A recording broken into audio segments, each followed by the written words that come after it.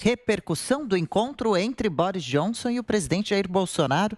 De Londres, Renato Senise, o que os jornais por aí destacaram desse encontro? Conta pra gente.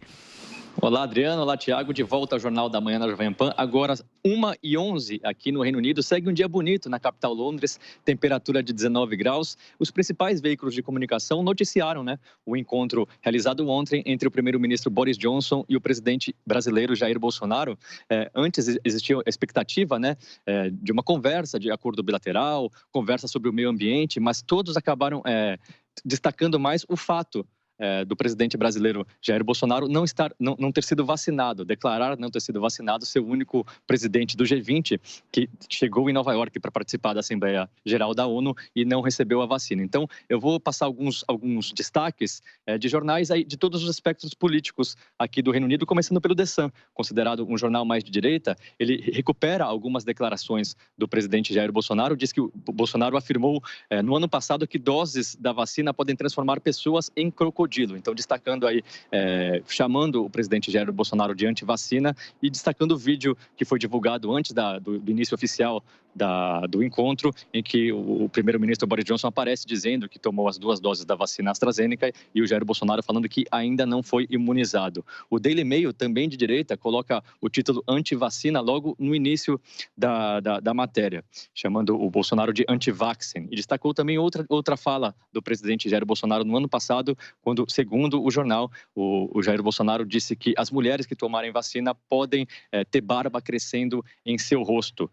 E falou também, destacou que o Boris Johnson elogiou muito a reunião com o presidente Jair Bolsonaro e se disse lisonjeado em encontrar com o presidente brasileiro. O The Guardian, mais de esquerda, Boris Johnson usa Bolsonaro para promover a vacina AstraZeneca. Esse foi outro ponto muito destacado aqui no Reino Unido, que o Boris Johnson se aproveitou dessa reunião para promover a vacina AstraZeneca. A vacina AstraZeneca, claro, foi produzida, foi criada aqui no Reino Unido em parceria com a Universidade de Oxford. E, segundo o The Guardian, o encontro foi uma vitória de propaganda do presidente Jair Bolsonaro em um momento em que ele está em queda livre, em queda livre de popularidade no Brasil. Isso é o texto do The Guardian. E o The Independent, um pouco mais ao centro, diz que Boris Johnson fala para o presidente brasileiro se vacinar e destacou também que o Boris Johnson estava encantado em encontrar Jair Bolsonaro. Essa foi a repercussão aqui dos veículos de comunicação do Reino Unido no encontro realizado ontem entre Bolsonaro e Boris Johnson. Interessante, Senise, mas muito se fala também sobre a delicada relação agora entre o Reino Unido e os Estados Unidos, não é? Por quê?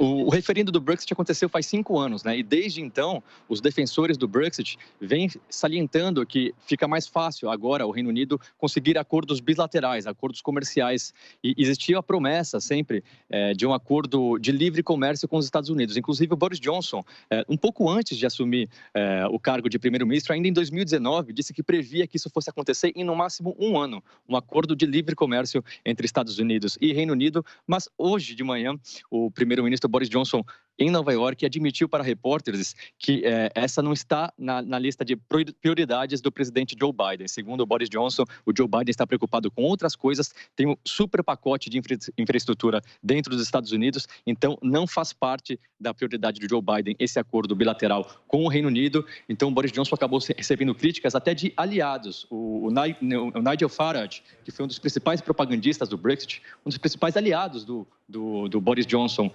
na votação do referendo do Brexit, o Nigel Farage foi ao Twitter e disse que o governo teve muitos anos para fazer um acordo com os Estados Unidos na administração Donald Trump.